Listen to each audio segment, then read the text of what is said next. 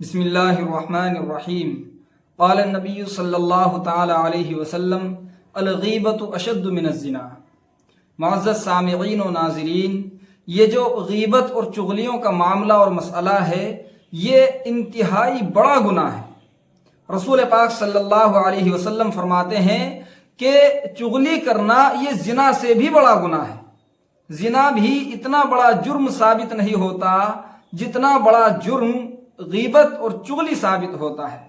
صحابہ کرام رضوان اللہ علیہم اجمعین نے جب یہ حدیث شریف سنی تو آپ صلی اللہ علیہ وسلم سے عرض کیا کہ اے اللہ کے حبیب صلی اللہ علیہ وسلم، یہ چغلیاں کرنا زنا سے بڑا گناہ کیسے ہے؟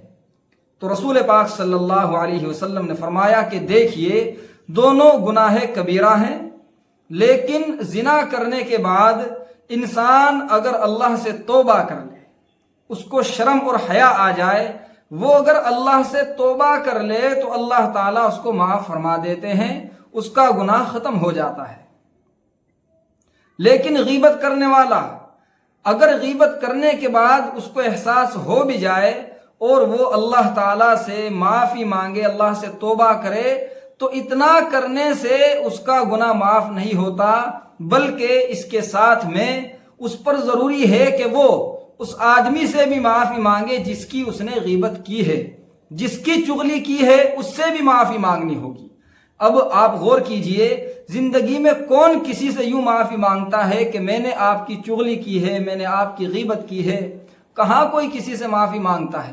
جس کی وجہ سے یہ گناہ انسان کے ذمے میں جمع ہوتا رہتا ہے، اور ویسے بھی یہ بڑا گناہ ہے۔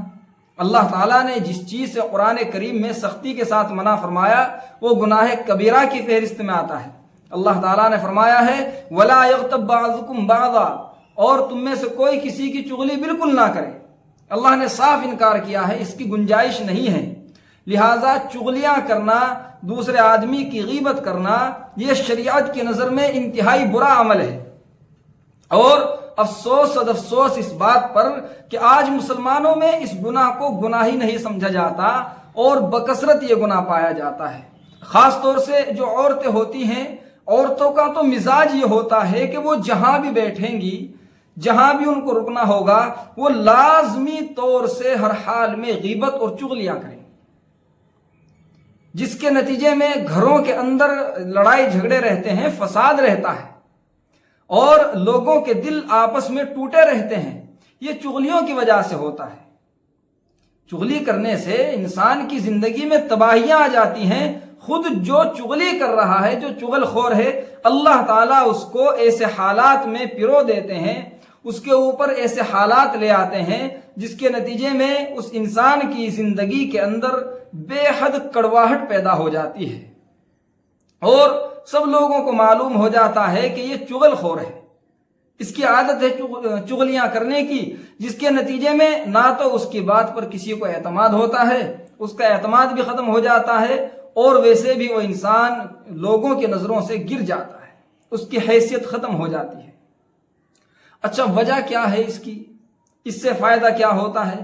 جو چغلی کرنے والا ہوتا ہے وہ دراصل دوسرے انسان کو نقصان پہنچانا چاہتا ہے، کسی کی نظروں سے گرا کر، کسی کی نظر میں اس کو برا بنا کے، اور اس کا ایمان یوں دن پر دن کمزور ہوتا چلا جاتا ہے کہ وہ بھولتا رہتا ہے کہ عزت اور ذلت یہ اللہ کے ہاتھ میں ہے۔ اس کا یقین اللہ کی طرف سے ہٹ کر لوگوں کی طرف پہنچ جاتا ہے، وہ انسانوں کو ہی سب کچھ سمجھنے لگتا ہے، جس کے نتیجے میں لوگوں کے سامنے کسی کی برائی کرے گا، کسی کی برائی کو واضح کرے گا، اور اس کو یہ خیال نہیں رہتا کہ اللہ نے کہا ہے قرآن کریم میں وَتُعِزُّ مَن تَشَاءُ وَتُذِلُّ مَن تَشَاءُ، اللہ جس کو چاہے عزت دے اور اللہ جس کو چاہے ذلت دے۔ اس گناہ کی نحوست بہت شدید رہتی ہے۔ اللہ تعالیٰ کو زمین پر سب سے ناپسند گناہ وہ ہیں جس میں دوسرے انسان کو تکلیف پہنچائی جائے، دوسرے کا حق مارا جائے، اور غیبت کرنے میں تو ظاہر بات ہے کہ دوسرے کو تکلیف پہنچانے کا سب سے بڑا دخل ہوتا ہے۔ جب کسی آدمی کو معلوم ہوتا ہے کہ فلاں نے میری غیبت کی ہے اس کے سامنے، یا وہاں میرے متعلق ایسی باتیں کہی ہیں، تو اس کے دل پر بے حد زور پڑتا ہے، اس کا دل بالکل ٹوٹ جاتا ہے، اور چغل خور کی باتوں کا عام طور سے پتہ چلتا ہی رہتا ہے۔ لہٰذا چغلیوں کی عادت بنانا یا چغل خور کی صحبت اختیار کرنا، چغل خور کے پاس بیٹھنا، یہ بہت بڑا جرم ہے۔ اس کے اثرات انسان کے اندر آئیں گے۔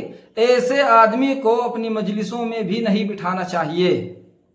اور اگر کبھی چغلی کا ارتکاب ہو جائے، غیبت انسان سے ہو جائے، تو اللہ سے معافی مانگے، اس آدمی سے بتائے کہ جس کے بارے میں غیبت ہوئی ہے کہ مجھ سے آپ کی غیبت ہو گئی، آپ از راہ کرم مجھ کو معاف فرما دیجیے۔ وہ خوشی خوشی انشاءاللہ معاف کر دے گا اور آدمی کے ذمے سے گناہ ختم ہو جائے گا۔ ورنہ زنا بھی اتنا بڑا گناہ ثابت نہیں ہوگا، مرنے کے بعد اتنا عذاب زنا پر بھی نہیں دیا جائے گا، زنا کی وجہ سے بھی اللہ کو اتنا غصہ نہیں آئے گا جتنا غصہ انسان کی چغلیوں کی وجہ سے اللہ کو آنے والا ہے، جتنا غصہ اللہ تعالیٰ کو غیبت کرنے والے پر آنے والا ہے۔ غیبت کرنے والا انسان اللہ کی نظر میں زنا کرنے والے انسان سے بھی برا ہے۔ یہ سارے کے سارے مطلب اسی روایت کے ہیں کہ الغیبۃ اشد من الزنا، غیبت زنا سے بھی برا ہے۔ یہ زنا سے برا اسی لیے ہے کہ اس کے نقصانات زنا سے زیادہ ہیں۔ انسان کا ایمان اتنا زنا کی وجہ سے بھی خراب نہیں ہوتا جتنا ایمان غیبت کی وجہ سے خراب ہوتا ہے۔ ماحول اور معاشرہ تباہ اور برباد ہو جاتا ہے، بے حد نقصانات ہیں اس کے، بہت زیادہ اس کی رسوائیاں ہیں دنیا میں۔ اس لیے انسان کو، مرد ہو یا عورت، عورتوں کو خاص طور سے غیبت سے بچنے کا اہتمام کرنا چاہیے۔ عورتوں میں غیبت کی عادت بہت زیادہ ہوتی ہے، جس کے نتیجے میں عورتوں کا دخول جہنم میں مردوں سے زیادہ ہوگا۔ عورتیں جہنم میں زیادہ جائیں گی اور ان کے جہنم میں جانے کی وجہ یہی زبان چغلی اور غیبت ہوگی۔ ورنہ عورتیں شراب نہیں پیتی، عورتیں جوا نہیں کھیلتی، عورتیں چوریاں نہیں کرتی، بہت کم کرتی ہیں۔ تو اس لیے زیادہ بڑے گناہ ان کے نامہ اعمال میں ایسے نہیں ہیں۔ ان کے نامہ اعمال میں جو بکثرت گناہ پایا جاتا ہے وہ غیبت کا گناہ ہے۔ جس عورت کے اندر غیبت کی عادت نہیں ہوتی، اللہ کی نظر میں اس کا مقام و مرتبہ بہت بلند ہوتا ہے۔ وہ معاشرے کے لیے، وہ گھر کے لیے رحمت ہوتی ہے عورت، اس کی وجہ سے اللہ تعالیٰ برکتیں نازل کرتے ہیں۔ اللہ سے دعا فرمائیے کہ اللہ تعالیٰ ہم کو عمل کرنے کی توفیق عطا فرمائے۔ وما علینا الا البلاغ۔